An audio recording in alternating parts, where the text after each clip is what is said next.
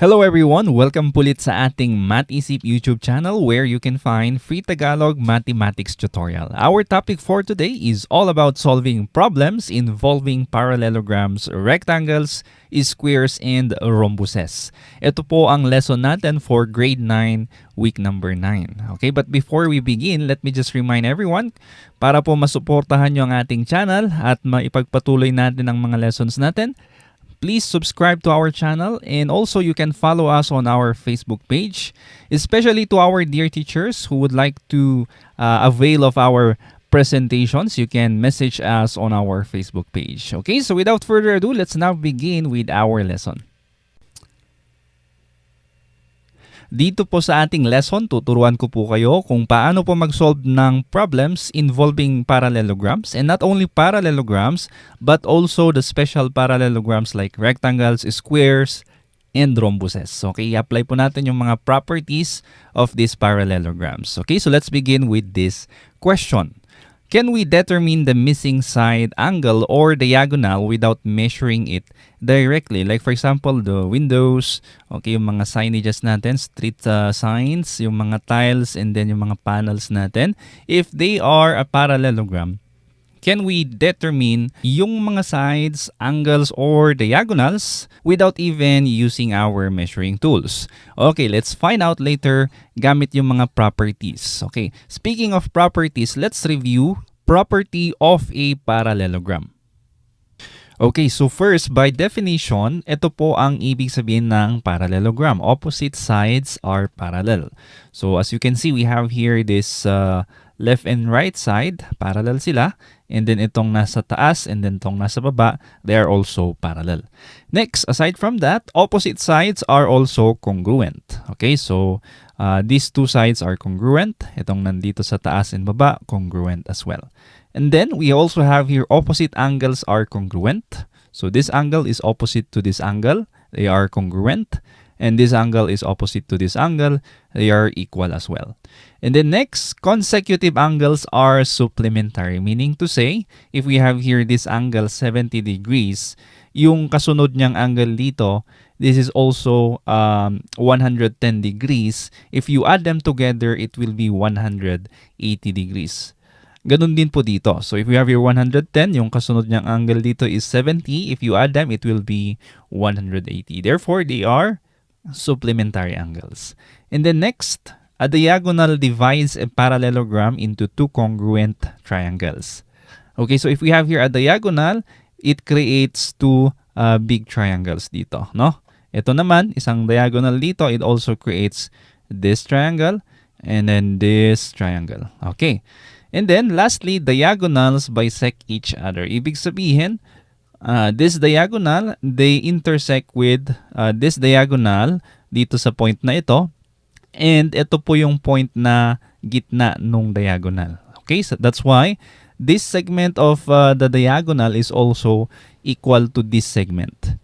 Ganun din dito sa isang diagonal. This segment of the diagonal is equal to the other segment. So, half po talaga yan. Alright, there you go. Those are the properties of a parallelogram. Okay, next, let's proceed to properties of a rectangle. Okay, ano naman po ang properties ng rectangle? So remember, a rectangle is also a subset of a parallelogram because opposite sides are parallel. Okay, so parallel itong sides na ito rin po ay parallel. Now, what are the distinct features of a rectangle? So again, all parallelogram properties are the properties of a rectangle. Next, we have here special properties. Ano yung mga special properties ng rectangle? So, ang rectangle, alam natin, it has 4 right angles. Okay, as you can see, they are all 90 degrees. Next, diagonals are congruent. Ibig sabihin, if we have here this diagonal, it is equal length with this diagonal. Iyan po yung mga properties of a rectangle. Now, let's proceed to the properties of rhombus naman po. Okay, so first property, all parallelogram properties. Ibig sabihin, lahat ng mga nabanggit natin kanina sa properties of parallelogram, it is also the property of a rhombus. Okay, now ano yung mga special properties ng rhombus? First, we have here all sides are congruent. So lahat po ng sides na yan ay equal measurement, equal in length. Okay, aside from that, diagonals are perpendicular. So these two diagonals, they intersect and they create 90-degree angle. So they are perpendicular to each other. Unlike doon po sa parallelogram, hindi po necessarily na 90 degrees. Okay, hindi rin po lahat ng sides sa parallelogram and rectangle ay equal in measurement. Okay, next, diagonals bisect opposite angles. Okay, so here, if we have this diagonal, ito yung opposite angle niya. This angle is opposite to this one. So this diagonal divides the angle into two equal parts. Okay, so congruent po yung dalawang angle na yan. Ito rin po, congruent din po itong dalawa. Okay, ganun din dito sa isang diagonal. Okay, it bisects, ibig sabihin, it divides the angles into two equal measures. So this angle, itong mas maliit na angle, parehas po ang sukat dito sa mas maliit na to. Ganun din po dito. They are equal. Okay, now let's proceed to the properties of a square. Okay, so dito po, properties of both a rectangle and a rhombus. So ito po yung combination. Since a square is both rectangle and also rhombus, yung properties po nila nandito rin sa properties ng square. Okay, let's identify all of those properties. So a square has, una, it has 4 congruent sides. So lahat po ng sides ng square, pantay-pantay po yan, parehas ang sukat. Next, lahat po ng angles, 4 are right angles. So all of them are 90 degrees, just like a rectangle. Next, congruent diagonals. Okay, ibig sabihin, yung mga diagonals na ito, parehas po ang sukat, just like a rectangle. Next, perpendicular diagonals. Yung diagonal nila, katulad sa rhombus kanina, it creates a 90 degree. Next, diagonals that bisect each other. So they intersect at the midpoint of the segment. And then lastly, diagonals that bisect opposite angles. Okay, so if this is 90 degrees and the diagonal bisect that 90 degrees, ano po ang sukat ng bawat angle na maliliit dito? Okay, they are 45 degrees each. Okay, very good. So those are the properties of a square. Okay, now proceed na po tayo sa solving problems involving parallelograms, rectangles, squares, and rhombuses. Okay, so first, let's have a simple problem solving strategy on this topic. Pwede natin tong gamitin as guide. Okay, so step 1, we can identify the quadrilateral muna. Anong klaseng quadrilateral siya? Is it a parallelogram, rectangle, rhombus, or square? Then after that, we can now identify what is given and what is asked. Ano ba ang tinatanong sa problem? Ano ba yung mga given na pwede nating gamitin? And then number 3, we will now choose the appropriate property. So kung na-identify na natin, we can choose the property of this quadrilateral. And then step 4, we will write an equation. And then step 5, we will solve and check our answer. Okay, so these are our guide, not strictly na kailangan natin gamitin, but this can serve as our guide for solving. Okay, let's have example number 1. Okay, dito sa example number 1, let me read first the problem. Carpenter is making a parallelogram shaped wooden frame for a decorative wall panel. The length of the top side is represented by 3x plus 4 centimeters, while the length of the opposite bottom side is represented by 5x minus 10 centimeter. Now, find the value of x and the length of each of these opposite sides. Okay, so first is, ano ba yung tinutukoy natin dito? Okay, nandito na po sa problem, it's a parallelogram. Okay, so we can draw a parallelogram. Mag-drawing tayo ng illustrations para mas madali nating ma-solve yung problem. Kung ang given is a word problem, we can actually draw an illustration first para mas ma-visualize natin. And then, let's find out, okay, since this is a parallelogram, ano yung mga given at ano yung tinatanong dito. So first, ang given, sabi dyan is, the length of the top side is represented by 3x plus 4. So yung length nito, it's 3x plus 4. How about yung nandito sa baba? Okay, it's 5x minus 10. Okay? Now, ano ang tinatanong? Find the value of x, okay, dito sa ating mga expressions, and then the length of each of these side, or yung tinatawag nating side length, okay, nung dalawa. Okay, so since ang binigay na given ay algebraic expression, kailangan nating mag-solve muna. Okay, so solve natin yung variable x. Okay, so in our solution, what property are we going to use? We can use this property. Opposite sides of a parallelogram are congruent. Itong dalawang sides na to, parehas po yan, pantay po yung sukat. Okay? So we will now write the equation. So kung parehas sila, ano po yung gagamitin natin? 3x plus 4 is equal, correct, to 5x minus 10. Okay, so equal yung dalawang side na yan. Then we can now solve for the missing variable, which is yung x. Okay, so solve for x. Okay, una, we can combine similar terms. 3x and then 5x. Yung 5x, ilipat natin dito sa left side, kaya magiging negative 5x using APE or addition property of equality. Yung 4 naman, lilipat sa right side, kaya naging negative 4. Alright, now let's combine 3x minus 5x. It will give us negative 2x. And then negative 10 minus 4, it will give us negative 14. We can now divide these two para makuha natin yung value ng x. Divide them by negative 2 para maging positive po yung ating variable. We can multiply this by negative 1, kaya magiging 2x plus, 2x is equal to 14. Okay? Or pwede rin naman, idiretso na natin. We can just divide them both by negative 2. Divide mo rin to ng negative 2, kaya magiging x is equal to 7. Okay? Now, itong nakuha nating value ng x, yun ang gagamitin natin to solve for the side length. Okay? Isa-substitute lang natin dito sa dalawa. Okay, so let's find the length of the sides. There are two sides. So, unahin natin itong nandito sa taas, itong top side, 3x plus 4. Let us substitute the value of x na nakuha natin kanina. So, 3 times 7, it will give us 21. Plus 4, it will give us 25. Now, ganun din ba ang makukuha natin dito? Is this also 25? Dapat lang, no? Kasi this is parallelogram. Since we know that both sides are congruent, kung 25 ito, dapat 25 din ito.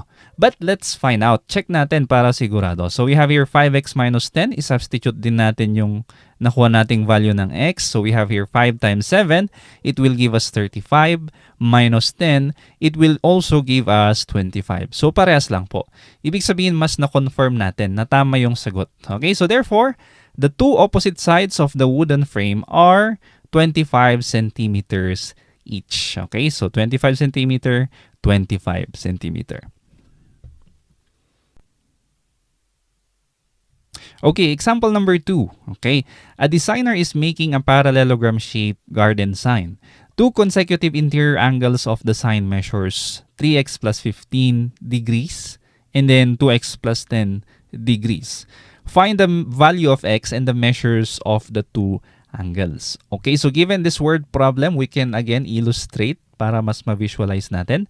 So since nabanggit dito, parallelogram yung ating problem, we can just draw a parallelogram and then, of course, this is a parallelogram. Next, i-label natin yung mga given. So, two consecutive interior angles. So, interior angles nasa loob.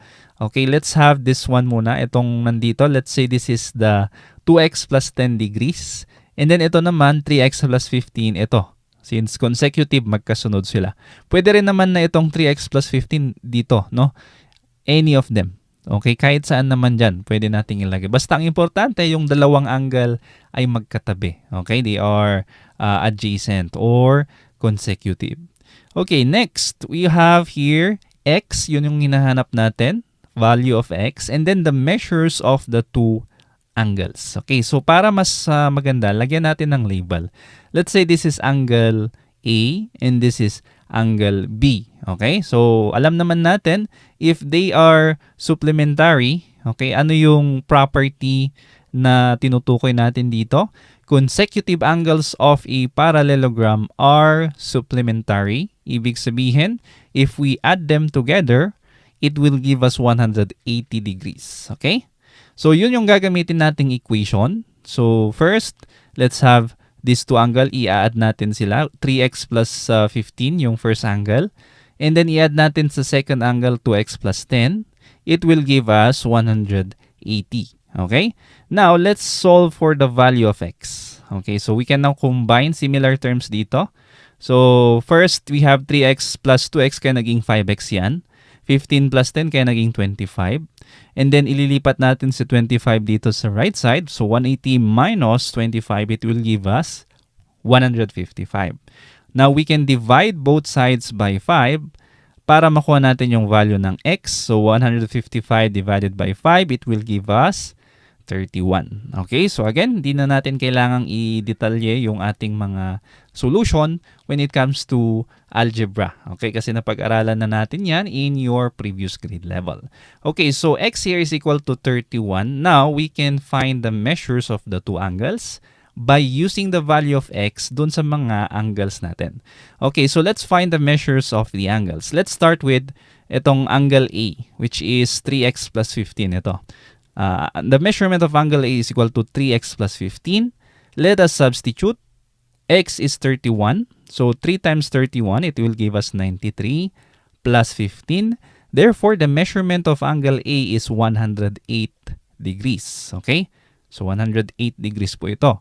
Now, let's find out yung isang angle. Well, aside from substituting yung value ng x dito sa second angle, pwede na nating makuha ito by just subtracting it from 180.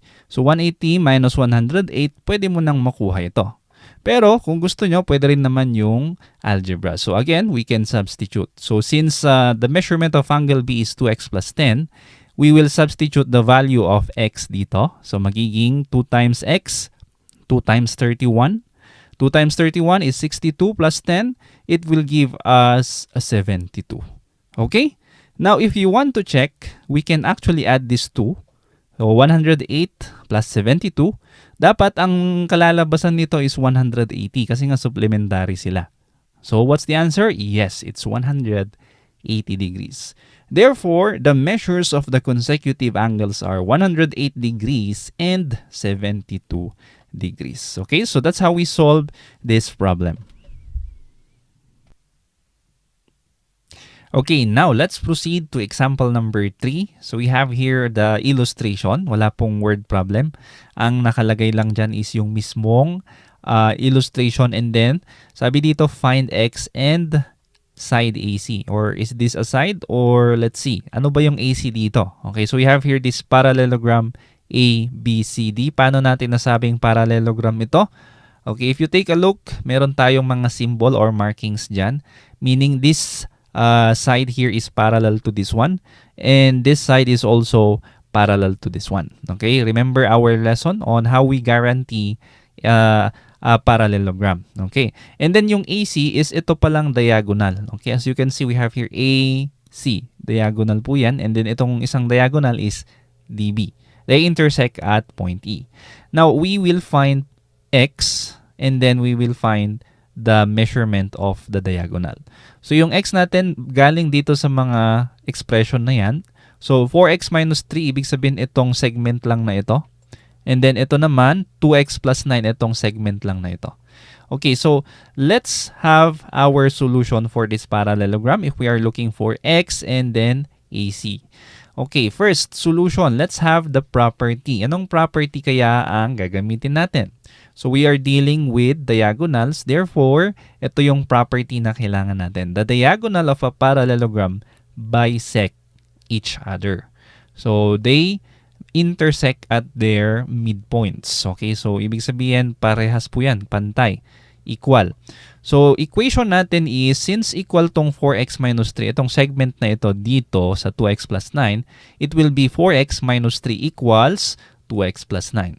We can now solve for the value of x. Okay, so pag may equation na, pwede na nating isolve yung x. So 4x minus 3 equals 2x plus 9. Let's combine similar terms. 4x minus 2x kasi ililipat mo yung 2x dun sa left side. Kaya 4x minus 2x. Kaya magiging 2x na siya. Okay, next, itong negative 3 equals 9. Okay, naiwan pa yung 9 dyan. Itong negative 3 ililipat natin din sa right side. So, negative 3 from negative 3 magiging positive 3. Okay, so pag naging positive 3 na yan, 9 plus positive 3 is 12. Alright, and then we can now divide both side by 2 para makuha natin yung x. It will be 6. Okay, so our x here is 6. We can now find the length of AE. Okay, bakit AE muna yung hahanapin natin dito? Kasi we cannot find AC kapag hindi natin alam yung measurement ng kalahati or tong AE, no? So 9 muna natin yung AE. So we only have here 4x minus 3. Isa-substitute natin yung x dito. So magiging 4 times 6, okay? And then 24 minus 3, it will give us 21. So, ibig sabihin, itong segment AE, ito lang kalahati, it's 21. Ano po ang measurement nung buo? Kung alam nating equal itong AE dito sa EC, anong magiging measurement ng EC? Okay, dapat 21 din, no? Pero, i-try ulit nating i-solve. Baka mali yung computation natin. So, try natin sa EC naman. So, we have here 2x plus 9. I-substitute natin yung x dito. So, magiging 2 times 6, it will give us 12.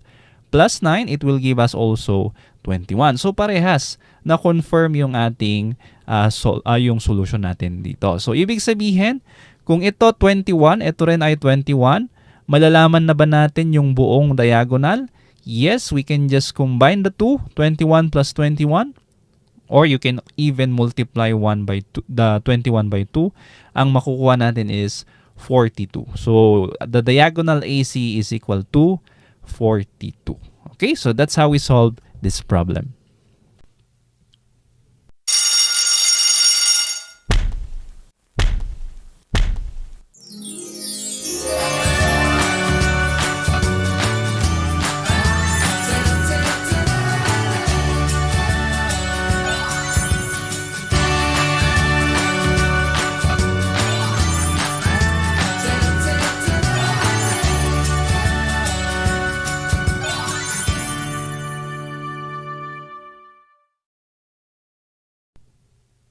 Okay, next, let's have example number 4. Okay, so we have here word problem. Rectangle MATH has diagonals MT and AH. If MT is equal to 5x plus 2 and AH is equal to 7x minus 10, find x and the length of each diagonal. So wala tayong figure, so tayo yung gagawa ng illustration. So since nandito na yung clue natin, is a rectangle, okay? And we have here MATH, okay? Since yung MT ay 5x plus 2, so alam natin na yung MT is yung diagonal, no? If we connect M and then point T, it will be a diagonal.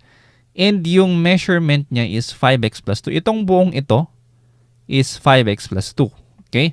So nandito lang yung label niya pero we know that this is the whole diagonal. Next, itong AH naman, itong isang diagonal, AH, ang measurement niya is 7x minus 10. Ito naman yung label niya. Okay? So, nandito yung label niya pero alam natin na ito yung tinutukoy, yung buong diagonal out from this problem. Now, we will find x.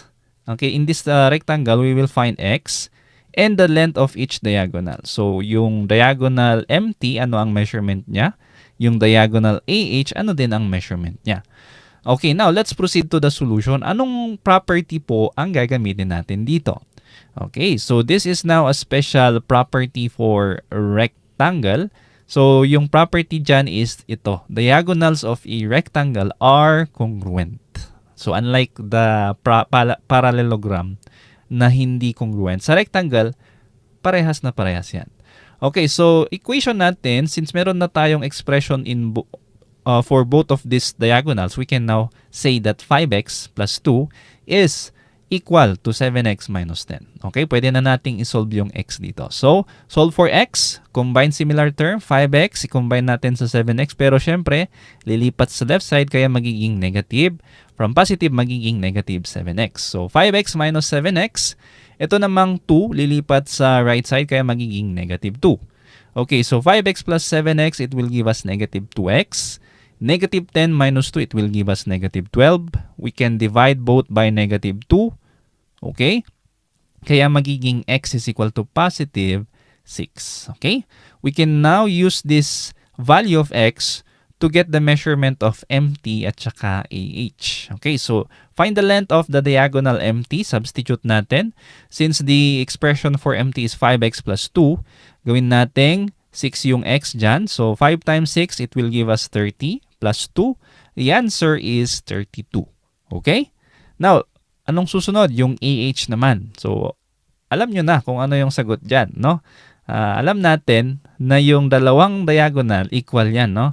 So, kung ano yung measurement ng MT, yun din dapat ang measurement ng AH.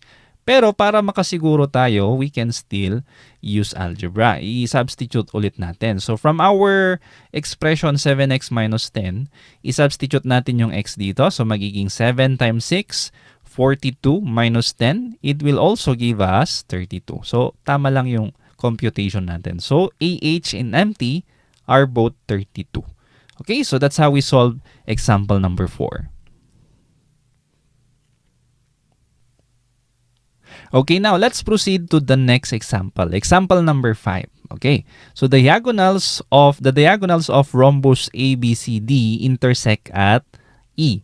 Suppose AE is equal to 6 centimeters and BE is equal to 8 centimeters. And the measurement of angle DAB is equal to 70 degrees. Find the length of the side AB and the measure of angle DAE. Okay, so kapag ganito kasi yung problem, parang hindi natin masyadong maintindihan, hindi rin natin masyadong ma-visualize. That's why we need to draw the figure. So ano pong figure ang tinutukoy dito? Nandito na po sa problem, it's a rhombus. So mag-drawing tayo ng rhombus. Ano yung mga points na kailangan natin? We have here a point A, B, C, D. Okay. Now, yung diagonals daw ng rhombus nag-intersect sa E. So, meron tayong dalawang diagonal dyan. Yung point of intersection is point E. Okay. Now, suppose AE. Asan ba yung AE natin? Ito. AE. Okay, suppose AE is equal to 6 cm. Okay, label na natin kaagad yan. Next, yung BE naman. So, we have here segment BE. So, ito, BE. Okay, it's 8 cm. Okay, label na rin natin yan. Now, the measurement of angle DAB is equal to 70 degrees. Okay, so hanapin natin yung angle DAB. We have here DAB. Okay, so 70 degrees. Ibig sabihin yung buong angle dito, hindi yung maliliit na angles dyan. So, lahat yan, 70 degrees daw. Okay, you might be wondering, sir, bakit naman naging 70 degrees yan? Parang ang luwang yan. Hindi ata acute angle yan. Okay lang po yan, no? Kasi we are just drawing a figure. Hindi naman kailangan eksakto yung drawing natin, no? Ang importante, ma-visualize lang natin yung position ng mga angles natin. Okay, next, find the length of side AB. Anong hinahanap? Itong side AB. And then the measure of DAE. Asan yung DAE natin? DAE. Okay, so itong maliit na angle dito, yun yung hinahanap natin. Okay, so ano po ang properties na kakailanganan natin? So, in this problem, dalawa po ang hinahanap. First is yung side, and then yung second is yung angle dito. So, let's start first with the side. Let's find AB. In this, we need the property which is the diagonals of a rhombus are perpendicular. So meaning, we have here this perpendicular symbol. Itong box na ito, it means 90 degrees. We know that this diagonal AC is perpendicular to diagonal BD, no? And kung ganyan po yung case natin, if you can see, ito meron tayong nabuong triangle, no? Itong triangle na ito, maliit na triangle. Hindi po yung triangle na na-divide ng diagonal, no? Ito pong triangle na ito nabuo ng dalawang diagonal. Okay, ito po yon. So, we can say that triangle AEB, again, AEB is a right triangle because of this. They are perpendicular, no? So, kung right triangle yan, ano ang pwede nating gamitin para ma-solve natin tong missing side? Okay? Meron naman na po tong side na ito, 8 cm. Itong side na ito, given din, 6 cm. So dito sa triangle na ito, parang ang nawawala or missing na side ng triangle is ito, yung pinakamahabang side, which is when it comes to the right triangle, meron po tayong tawag dito sa longest side. Okay, correct. This is the hypotenuse of the right triangle. Okay, so ang equation natin, gagamitin natin dito yung pinag-aralan nyo last time in your grade 8 level, yung Pythagorean theorem na tinatawag natin. Okay? So in order for us to apply Pythagorean theorem, i-label nga muna natin. So we have here, in a right triangle, we usually label it using ABC. Wherein yung C yung longest side or yung hypotenuse. And then yung A and B, ito naman yung mga legs ng right triangle. So what is the formula for getting what is the Pythagorean theorem formula for getting the hypotenuse? Okay, this is the formula. C squared is equal to A squared plus B squared. Okay, I believe na tatandaan pa natin to. Now, let us replace the symbols. Instead of CAB, pwede naman natin gamitin yung mga mismong segments. Itong AB, no? AB squared is equal to, ano yung A natin? Itong AE. Okay? AE squared. Ano naman yung B natin? Itong BE. BE squared. Kaya ang formula na natin ngayon is AB squared is equal to AE squared plus BE squared. So yung mga sides na yan, isa-substitute natin para makuha natin yung missing side. Okay, let's substitute. AE, andito po yung AE natin, it's 6 cm. Okay, andito rin sa problem. Next, BE is 8 cm. Andito rin sa word problem, given. Now, we are looking for AB. Okay, segment AB. So, first, simplify natin to. 6 squared is 36. 8 squared is 64. And then we can add 36 plus 64. It will give us 100. Now, paano natin malalaman yung AB? Take note, meron po tayong exponent dito na 2. So, para matanggal yung exponent dyan, we need to get the square root. Okay? So, square root natin lahat nung nasa equation para matanggal natin yung square ng AB. Okay, so since in-square na natin tong 100, nawala na yung square dito since kinuha na natin kukunin na natin yung square root ng 100. So what is the square root of 100? It will give us 10. Okay? Kaya AB is equal to 10. Okay? So ito na po yung measurement ng ating third side or yung hypotenuse ng triangle, which is the side also of our rhombus. Okay? So AB, segment AB or side AB is equal to 10 centimeters. Okay, now that we already got AB, ang susunod naman na is yung yung isang hinahanap natin, which is yung angle ng DAE or yung measurement ng angle DAE. Okay, itong maliit na to. So let's find angle DAE. Anong property kaya ang gagamitin natin this time? Okay, so the property that we're going to use is this one. The diagonals of a rhombus bisect opposite angles. So ito po yung opposite angles natin. It bisects it. Ibig sabihin, it divides it into two equal measure. So kung 70 yung buo, itong angle DAB, ito po yung magiging equation natin. The measurement of angle DAB, which is equal to 70 degrees, ay anong gagawin? Since diagonal AC bisect angle DAB, we can just divide it by 2 or multiply it by 1/2. Okay, so the measurement of DAE, itong mas maliit, imumultiply lang natin ng 1/2 yung malaking angle. Or in short, we just divide it by 2. Okay, kaya magiging 35 degrees. The measurement of angle DAE is 35 degrees using this property. Okay, so that's how we solve example number 5. Alright, so for our last example, example number 6, we have here a square glass panel will be installed on a cabinet door. Each side of the panel measures 10 centimeters. A metal brace will run diagonally from one corner to the opposite corner. How long should the brace be?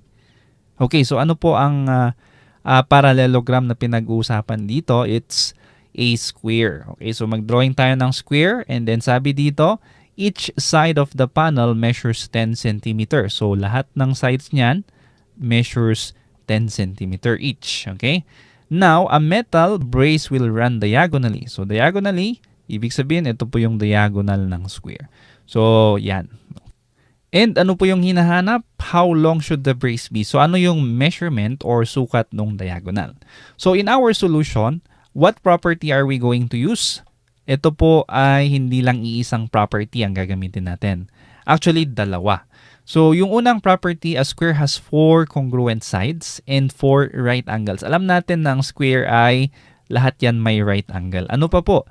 The diagonal divides the square into 2 congruent right triangles. So, dalawang right triangle. Because, again, we have a 90-degree angle.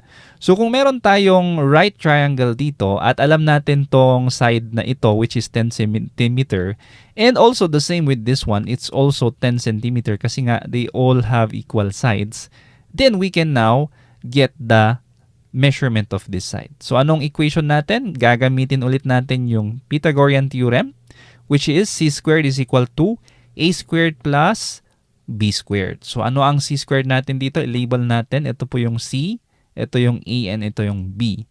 Now, we can actually use d to represent the diagonal. So, let's say this is diagonal d. Or let's say this is variable d. So, gamit yung formula, papalitan lang natin yung c, gawin nating d. So, d squared is equal to, yung a natin is 10 cm. Parehas din po sa b. 10 din po yan. Kaya, we can just get their squares. So, 10 squared is 100. And then, we can add this 2, magiging 200. Then, we can now get the square root of 200 para makuha natin yung value ng d. So, what is the square root of 200? It will give us 10 square root of 2. Or, in decimal, we can have approximately 14.14. That's why our final answer is 14.14 centimeters. Ito po yung final answer natin. The diagonal is 14.14 centimeters. So, that's how we solve example number 6. Alright, so finally, that's all the examples that I can give for now. We have here an activity. If you want to master this topic, you can answer this activity. You can solve each problem. Para mas ma-visualize nyo, you can show your complete solution by illustrating first the figure before you show the solution. Okay? So, i-drawing nyo muna yung figure para mas ma-visualize nyo and then try to solve for the missing parts. Okay? So, ito gawin nyo po on your own. You can check this with your teachers, especially if they are using our PowerPoint presentations. Okay? So, that's it for now. I hope meron ulit kayong natutunan sa ating lesson for today. Thank you for listening and I hope to see you again on our next video. Kung meron kang natutunan sa video na ito, please click the subscribe button to support this channel para mas matulungan ulit kita sa mga susunod mo pang math lessons. Lagi mong tatandaan, ang math ay para sa lahat. At ako si Teacher Van, nagsasabing dito sa Math Isip, lamang ang nag-iisip. God bless and see you on the next video. Bye-bye.